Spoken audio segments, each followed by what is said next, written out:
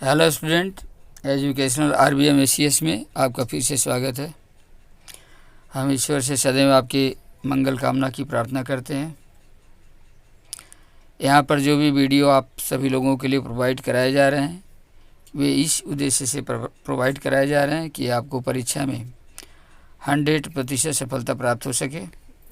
अतः यदि ये सभी वीडियो आपको पसंद आता है तो आप सभी से लाइक, शेयर एवं सब्सक्राइब करें। साथ ही अपने मित्रों, भाइयों बहनों के साथ भी शेयर कीजिए, जिससे इसका अधिक से अधिक लोग लाभ उठा सकें। अब हम लोग क्वेश्चन नंबर 8 की तरफ आगे बढ़ते हैं। क्वेश्चन नंबर 8 में दिया है, किसी भवन का गुंबद एक अर्धगोले के आकार का है। देखिए दिया है, किसी भवन का गुंबद एक अर्धगोले के आकार का है। अंदर से इसमें सफ़ेदी कराने में रुपये 498.96 व्यय हुए। यदि सफ़ेदी कराने की दर 2 रुपये प्रति वर्ग मीटर है तो ज्ञात कीजिए। इसमें 2 क्वेश्चन दिया है। पहला ज्ञात करना है गुंबद का आंतरिक वक्र पृष्ठीय क्षेत्रफल और दूसरा ज्ञात करना है गुंबद के अंदर की हवा का आयतन। ये 2 हमको निकालना है। देखिए क्या दिया है, भवन का गुंबद जो अर्धगोले के आकार का है, अंदर से सफ़ेदी कराने में रुपये 498.96 व्यय हुए। यदि सफ़ेदी कराने की दर है रुपये 2 प्रति वर्ग मीटर तो ज्ञात कीजिए गुंबद का आंतरिक वक्र पृष्ठीय क्षेत्रफल और दूसरा गुंबद के अंदर की हवा का आयतन। अब आगे हम लोग इसके सलूशन की ओर देखते हैं। देखें, क्वेश्चन नंबर 1 में दिया है, एक भवन का यह गुंबद है जो अर्धगोले के आकार का है और इसमें सफ़ेदी कराने का खर्च दिया है 498 रुपया 96 पैसे। रुपया 498.96 इतना रुपया जो है इसके अंदर वाले भाग में सफ़ेदी कराने का खर्च है। ठीक है, गुंबद, भवन के ऊपर गुंबद है जो अर्धगोले के आकार का है और इसके अंदर वाले भाग को सफ़ेदी कराने का खर्च दिया है 498.96 पैसा। जबकि सफ़ेदी कराने की दर क्या है, इसका दर दिया है रुपये 2 प्रति वर्ग मीटर। 1 वर्ग मीटर पर 2 रुपये खर्च होते हैं। आ गया समझ में? तो इससे क्या करेंगे, पहले हम क्षेत्रफल निकाल लें। दिया है कुल खर्च है इतना, सफ़ेदी कराने में कुल 498.96 पैसे खर्च होते हैं। दर क्या है, 2 रुपये प्रति वर्ग मीटर। तो 2 रुपये प्रति वर्ग मीटर कहने का मतलब क्या है कि 2 रुपया खर्च होता है 1 वर्ग मीटर पर। तो 498 रुपये खर्च होगा कितने वर्ग मीटर पर, यह हम पहले निकाल लेते हैं। क्या लिखेंगे, चूंकि रुपये 2 खर्च होता है, 2 रुपया खर्च होता है कितने वर्ग मीटर पर, 1 वर्ग मीटर पर। 1 वर्ग मीटर या 1 मीटर का स्क्वायर सीधे लिख दे रहा है। ठीक है, 1 वर्ग मीटर पर 2 रुपया खर्च होता है। इसलिए 1 रुपया यदि खर्च होगा तो 1 रुपये अगर खर्च होगा तो क्या होगा, क्षेत्रफल और कम हो जाएगा, 1/2 आधा हो जाएगा। 2 रुपये में 1 वर्ग मीटर होगा तो 1 रुपया में आधा हो जाएगा ना, और कम हो जाएगा। अब कितने रुपये खर्च होते हैं, 498.96। तो 498.96 रुपया खर्च होता है। कितने वर्ग मीटर पर यहाँ निकाल देंगे तो 1/2 गुणे 498.96। 2 से इसको कटा दें।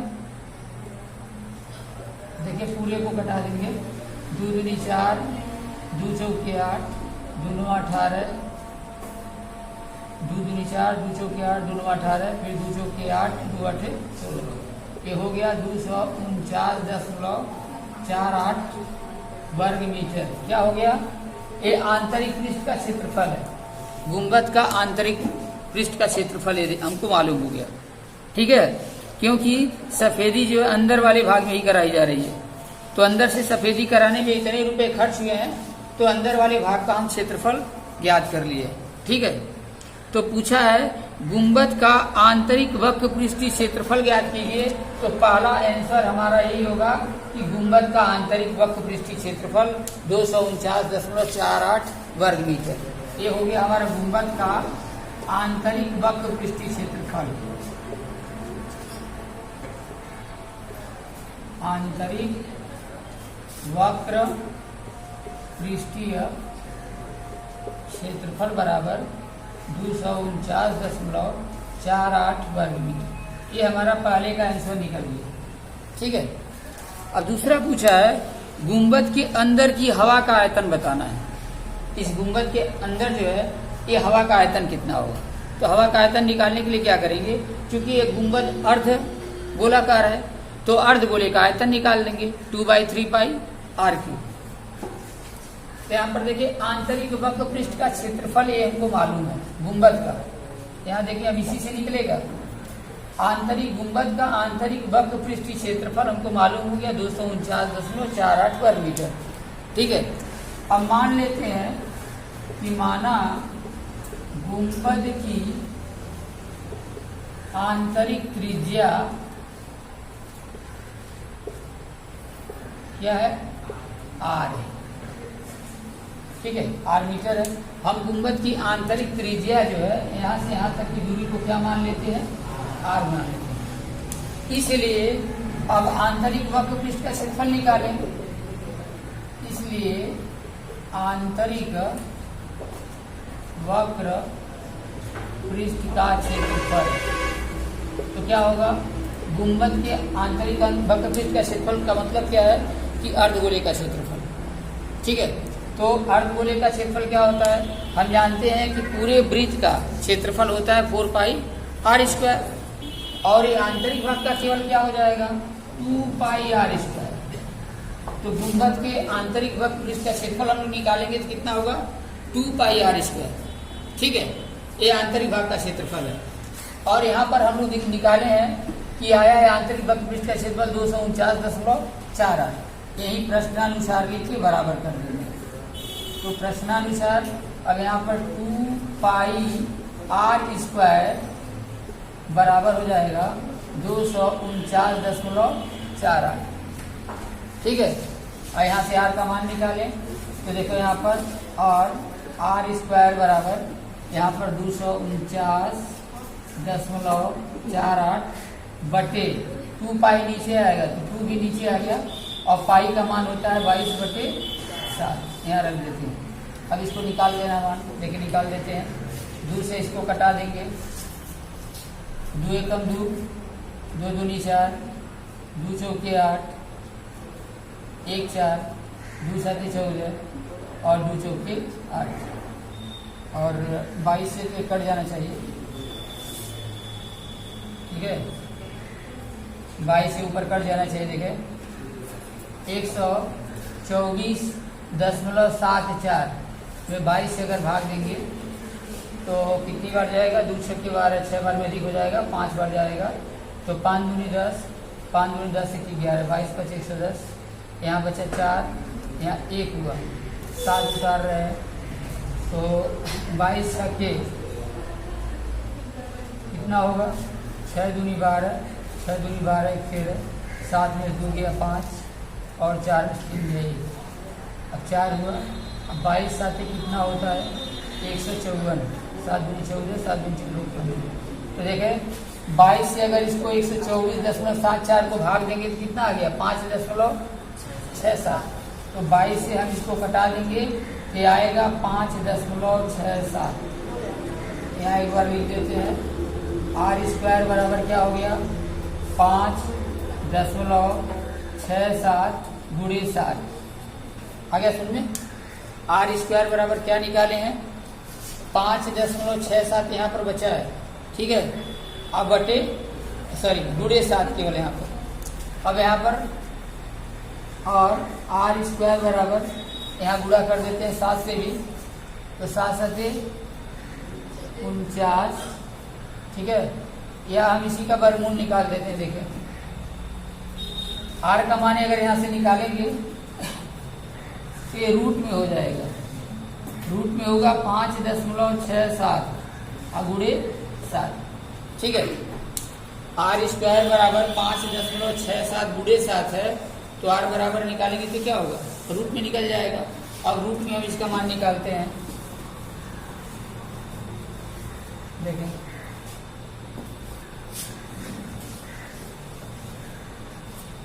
रूट में निकालेंगे तो 567 का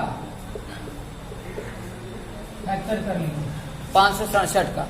तो देखें कितने से कटेगा, ये 7 से तो कट ही जाएगा, 6 5 11 7 18, 3 से भी कटेगा, ठीक है। तो 3 से कटेगा तो क्या होगा, 3 से काटने के लिए मालूम है ना, बिना भाग दिए अंक को जोड़ लें, 6 5 11 7 18, 18 3 से कट जाएगा, इसका मतलब ये संख्या 3 से कट जाएगी। तो 3 से करेंगे, काटेंगे तो क्या होगा, 3 एकम 3, 2 6 हुआ, 3 बटे 24, 3 27, 3 से कट गया। फिर 8 1 9 9 18, फिर 3 से कटेगा, 3 से 18, 3 3 का 9, फिर 3 से कटेगा, 3 दूनी 6, 3 एकम 3, और फिर हमारा 3 से कटेगा, 3 7 31 हो गया हमारा। अब यहाँ देखो क्या करते हैं, यहाँ निकाल दे रहे हैं आर का मान। यहाँ आर बराबर रूट में, ध्यान से देखना है, 567 दिया है, तो 567 को हम लिख सकते हैं 500, यहाँ देखिए एक लाइन बढ़ा दे रहे हैं, 567 को हम लिख सकते हैं 567 बटे 100, क्योंकि यहाँ पर 0.67 दिया है, ठीक है ना, 5.67 दिया है, तो इसको लिख देते हैं 567 बटे 100, अब गुणे 7। अब ऊपर देखिए क्या करते हैं, रूट में निकालने के लिए 567 दिया, इसका ये हम फैक्टर निकाले हैं, 3 गुणे 4 बार 3 है, और 1 बार 7, और 1 बार 7 इसमें पहले से था। अब बटे नीचे देखिए 100 है, तो 100 का मतलब तो 10 गुणे 10 कर सकते हैं ना, हमको जोड़ा बना के बाहर निकालना है। अब बाहर निकालेंगे तो क्या होगा,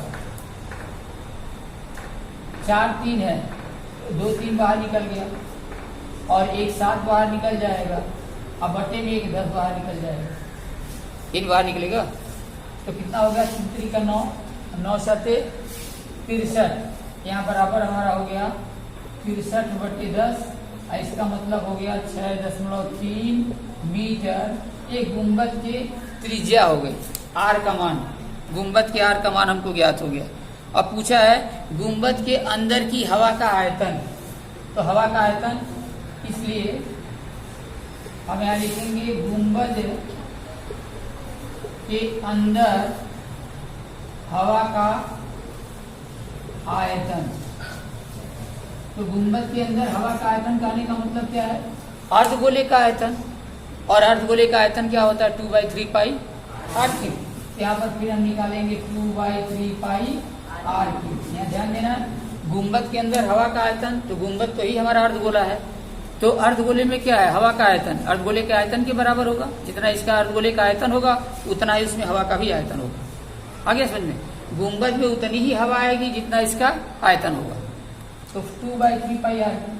अब यहाँ पर 2/3 वैल्यू रख दे, 2/3 पाई, पाई का मान क्या होता है 22/7, और आर क्यूब का मान देखिए 6.3 यहाँ निकाल चुके हैं, 6.3 गुणे 6.3 गुणे 6.3, ठीक है, 3 बार गुणा किए।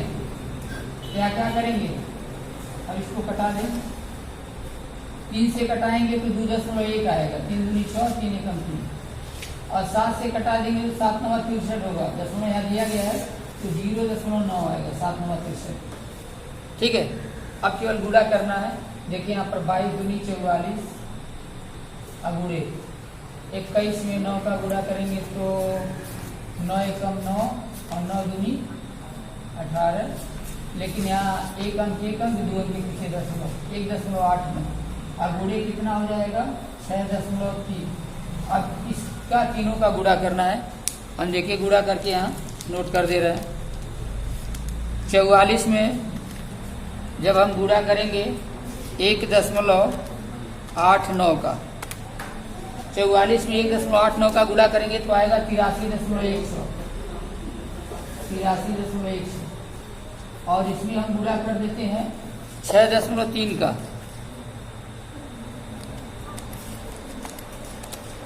तो आएगा 523.908, 523 0.908 घन मीटर, यही हमारा आंसर मालूम है। ठीक है, तो गुंबद के अंदर हवा का आयतन निकालने के लिए 2/3 पाई आर क्यूब, आर का मान यहाँ पर हम निकाल चुके हैं, वही आर का होल क्यूब कर देना है। तो यहाँ पर 3 से कटाए हैं 6.3 को, तो 2.1 आया है।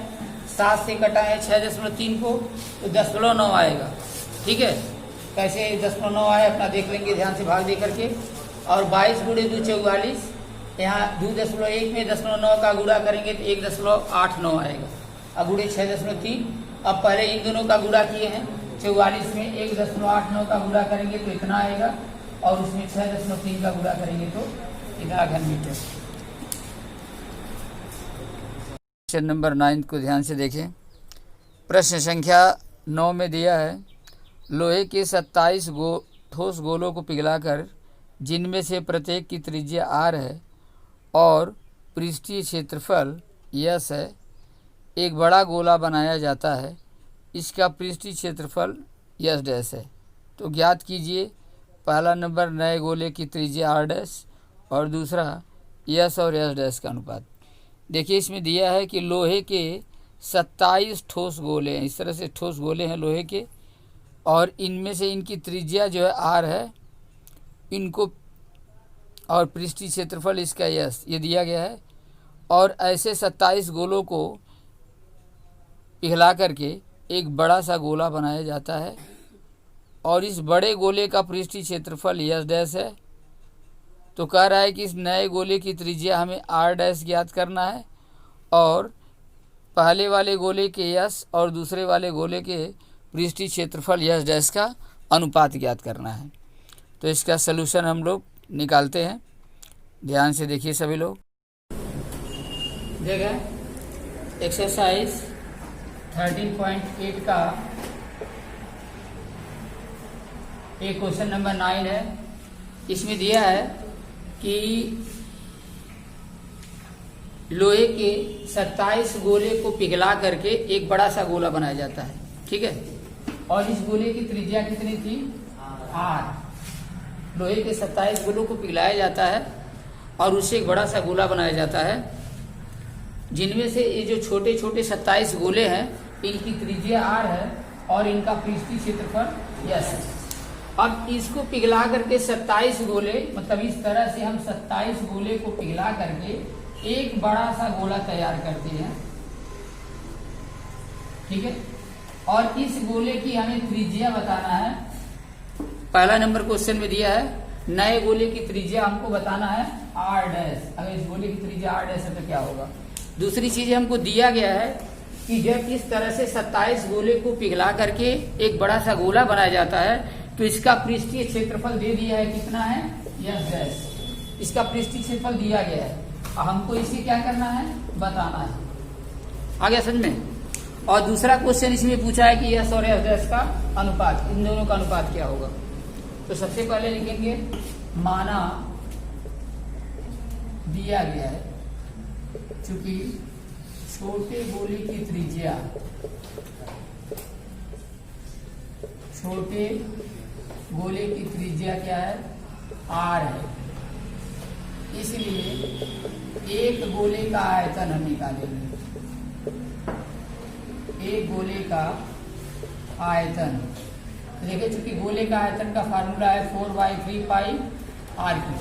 ठीक है, तो गोले की त्रिज्या r क्वेश्चन में दिया गया है, तो एक गोले का आयतन निकालेंगे, तो गोले का आयतन होगा 4/3 पाई r। अब कह रहा है कि इस तरह से 27 गोले को पिघलाया गया है, तो जितना एक गोले का आयतन आया है, इसमें अगर हम 27 का गुणा कर देंगे तो 27 गोले का आयतन मालूम हो जाएगा। यहाँ लिखेंगे 27 गोले का आयतन, क्योंकि कह रहा है कि इसी आयतन के 27 गोले को एक साथ क्या कर दिया जाता है? मिला दिया जाता है। तो 27 गोले का आयतन क्या होगा? 4/3 पाई r क्यूब में हम 27 का गुणा कर देंगे। ठीक है, जब 27 से गुणा करेंगे तो 3 9 27 और 9 चौक 36 पाई r क्यूब। ये हो गया हमारा गोले का आयतन, जो भी वो घन इकाई में आएगा। तो यहाँ पर 27 गोले का आयतन हमको मालूम हो गया 36 पाई r3। ठीक है, लेकिन कह रहा है कि इसका पृष्ठीय क्षेत्रफल कितना है, यस है, और इसका पृष्ठीय क्षेत्रफल क्या है, यस डैश है। यहाँ पर देखिए अभी हम आयतन निकाले हैं। अब एक गोले का पृष्ठीय क्षेत्रफल, एक गोले का पृष्ठीय क्षेत्रफल कितना दिया है, यस। ठीक है, एक छोटे गोले का पृष्ठीय क्षेत्रफल क्या दिया है, यस। हम जानते हैं कि किसी गोले का पृष्ठीय क्षेत्रफल बराबर होता है 4 पाई r स्क्वायर। अगर इसकी त्रिज्या हमको r मालूम हो तो इसका पृष्ठीय क्षेत्रफल r बराबर क्या होगा, पृष्ठीय क्षेत्रफल r के हिसाब से निकालेंगे तो 4 पाई r स्क्वायर, अर्थात यहाँ पर 4 पाई r स्क्वायर बराबर क्या होगा, यस। एक समीकरण हमको मिल जाएगा। ध्यान दें, छोटे गोले की त्रिज्या r है तो छोटे गोले का पृष्ठीय क्षेत्रफल निकालेंगे तो क्या आएगा, यस दिया गया है, किताब में दिया गया एक गोले का पृष्ठीय क्षेत्रफल क्या है, यस है। तो 4 पाई r स्क्वायर, यानी एक गोले का पृष्ठीय क्षेत्रफल का फार्मूला होता है 4 पाई r स्क्वायर, है ना। तो 4 पाई r स्क्वायर बराबर क्या हो गया, यस। तो पूछा है, ये तो हमको मालूम हो गया कि 4 पाई r स्क्वायर बराबर यस। एक समीकरण हमको मिला है, अर्थात यहाँ पर हम ये भी बता सकते हैं कि r स्क्वायर बराबर यस बटे 4 पाई, ये लिख सकते हैं। ठीक है, r स्क्वायर बराबर यस बटे 4 पाई, एक इक्वेशन मिल जाता है, इसको हम ऐसे छोड़ देते हैं अभी। अब आगे देखिए क्या दिया है, दे रहा है कि 27 इन गोले को जो आयतन है, इन 27 गोले का आयतन एक बड़े गोले के आयतन के बराबर होगा।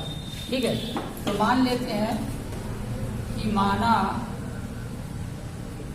बड़े गोले की त्रिज्या r1 है, दिया गया ना, दिया है किताब में, दिया गया है कि नए गोले की त्रिज्या हमको r डैश निकालना है, r डैश निकालना है, सॉरी r1 नहीं, यहाँ पर r डैश है। तो हम मान लेते हैं बड़े गोले की त्रिज्या क्या है, r डैश है। इसलिए बड़े गोले का आयतन क्या होगा, बड़े गोले का आयतन, देखिए बड़े गोले की त्रिज्या जब r डैश है तो बड़े गोले का आयतन क्या होगा, 4/3 पाई, और जितना इसका r है इसका होल क्यूब। ठीक है, तो r डैश का होल क्यूब, एक बड़े गोले का आयतन को ध्यान दें। बड़े गोले की त्रिज्या अगर हम r डैश मानेंगे तो बड़े गोले का आयतन हो गया 4/3 पाई r डैश का होल क्यूब, ये तो हमको मालूम हो गया। लेकिन प्रश्न में क्या है कि जो 27 गोले का आयतन है यही एक बड़े गोले का आयतन होगा। दे रहा है ना कि 27 गोले को मिला करके एक बड़ा गोला बनाया जाता है। तो 27 गोले का जो यह आयतन दिया है यहाँ पर, ये 27 गोले का आयतन जो बड़े गोले के आयतन के बराबर होगा।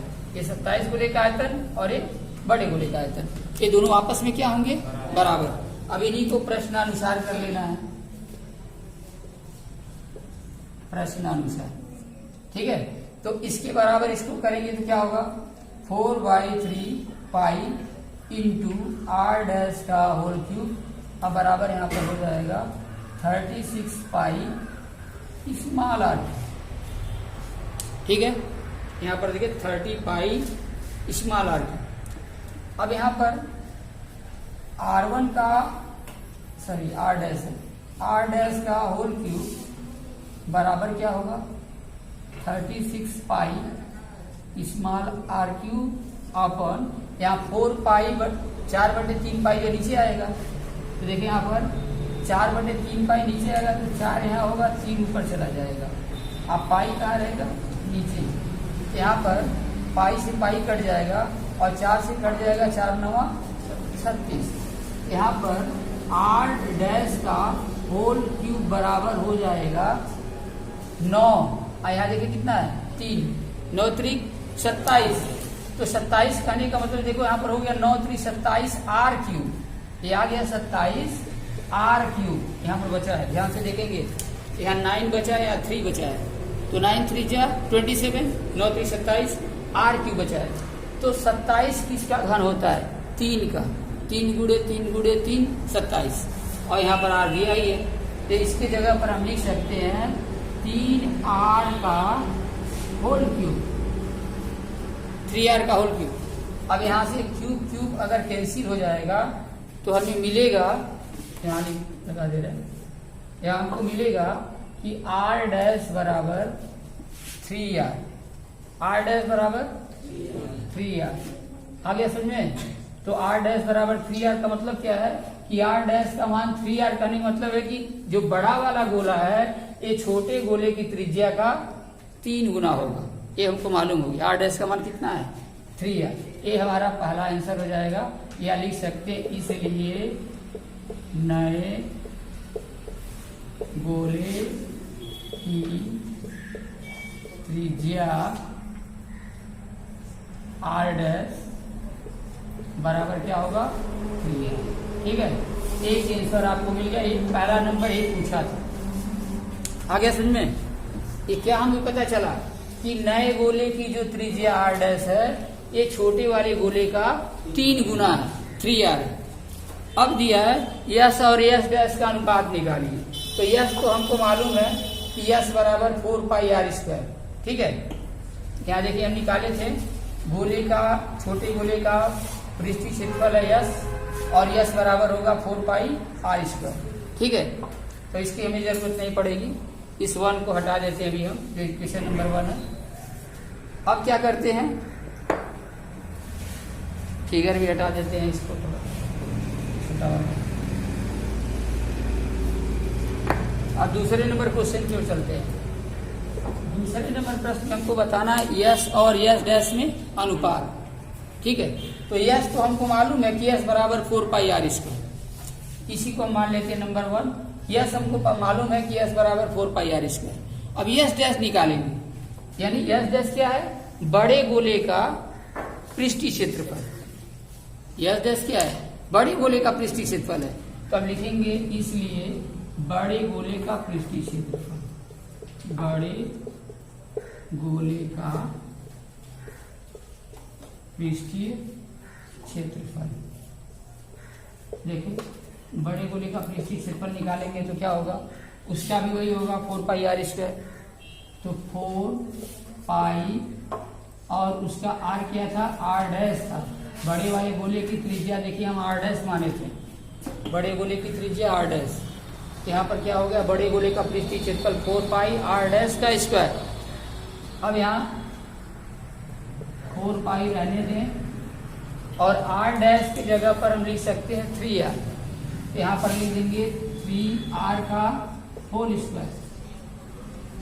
अब इसको हल करेंगे तो देखिए 4 पाई, 3 का वर्ग हुआ 9, और यहाँ हो गया R स्क्वायर। आगे समझे? 3 का वर्ग 9, R का स्क्वायर R स्क्वायर, तो 9 चौक को कितना हो गया? 36 पाई R स्क्वायर। ये हो गया हमारा बड़े गोले का पृष्ठीय क्षेत्रफल। आ गया ना?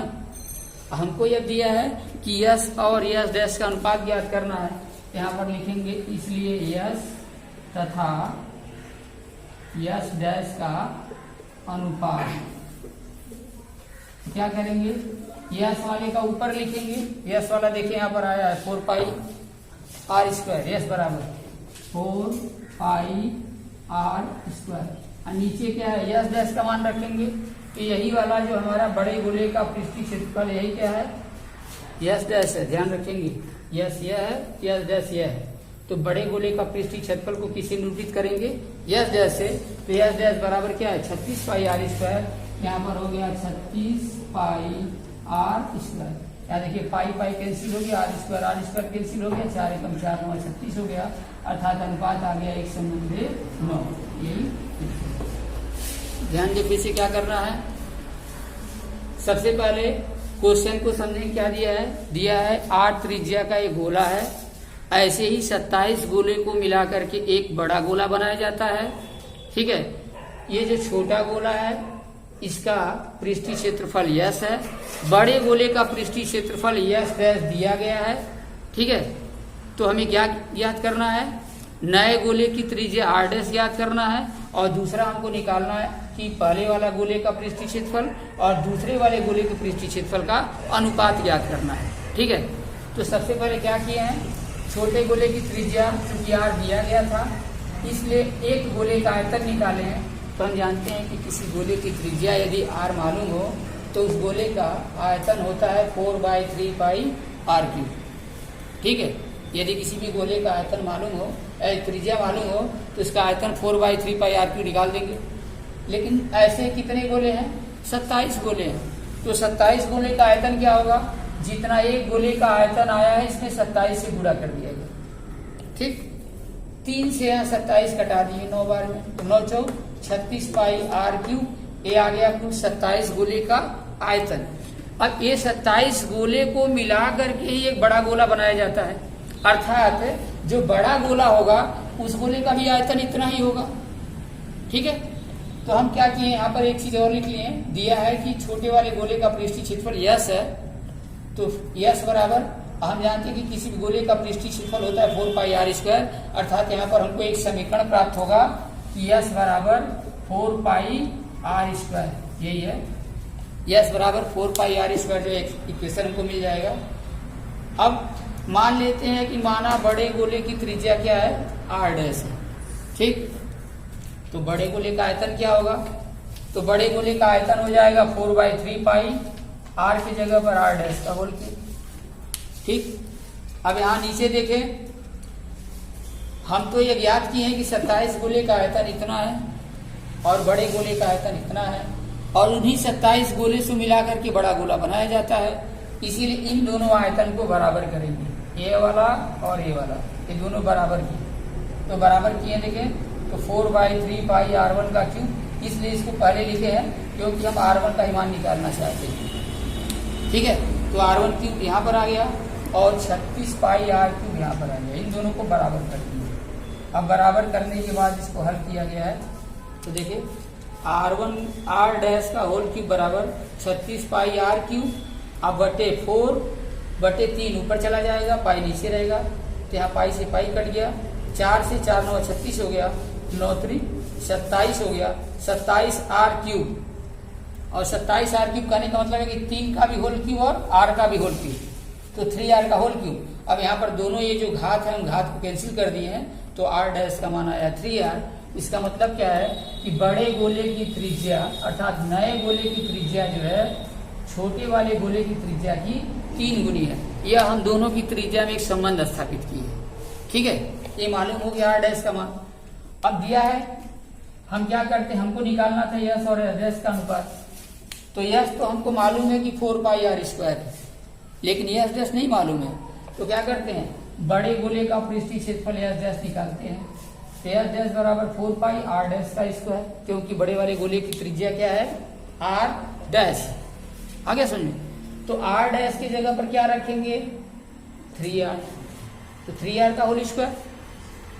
यही ध्यान देना है कहाँ से कौन सा मान रखा जा रहा है। ठीक है, इसका अनुपात निकालना इसलिए रखा जा रहा है ताकि ये दोनों एक राशि में रहेंगे तो सब कैंसिल हो जाएंगे, केवल संख्या बचेगी, इसीलिए ऐसा किया जा रहा है। आ गया समझ में? तो यहाँ पर r' की जगह पर 3r रखेंगे, तो 3r का होल स्क्वायर, 3 का स्क्वायर 9 और r का स्क्वायर r²। यहाँ पर देखिए क्या हुआ, 4 9 36, 4 9 36 अब पाई r², ये आ गया यस का मान। अब हम आसानी से निकाल सकते हैं कि यस और यस का क्या अनुपात होगा। तो देखिए यस का मान दिया था 4πr², क्या लिख दिए ऊपर 4πr², और यस का मान आया है 36 पाई r², ये 36 पाई r², पाई r² दोनों में कैंसिल हो जाएगा, 4 से 36 कटा देंगे, 9 बार में कट जाएगा, तो 1/9 अर्थात दोनों का अनुपात क्या हुआ, 1:9। यही हमारा आंसर। क्वेश्चन नंबर 10 में दिया है कि दवाई का एक कैप्सूल 3.5 mm व्यास का एक गोला है। ठीक है, गोले का व्यास दिया है, कैप्सूल का व्यास दिया है, और इस कैप्सूल को भरने के लिए कितनी दवाई की आवश्यकता होगी हमें ज्ञात करना है। तो दवाई के कैप्सूल इस तरह से गोलाकार का है और इसका ये व्यास दिया है 3.5 mm।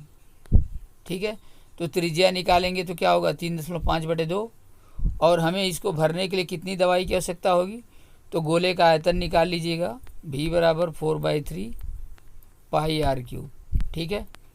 और पाई की जगह पर 22/7, आर की जगह पर 3.5/2 का होल क्यूब निकाल लेंगे। जो इसका वैल्यू आएगा वह इसका आंसर होगा, ठीक है। तो इसे सभी लोग अपने स्वयं हल करने का प्रयास करेंगे।